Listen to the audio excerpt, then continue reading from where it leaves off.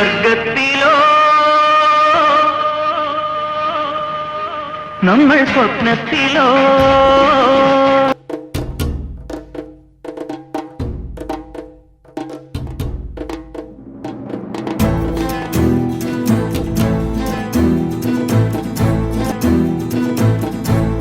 Gulf പോകാനുള്ള എല്ലാ പദ്ധതികളും തയ്യാറായി കഴിഞ്ഞു.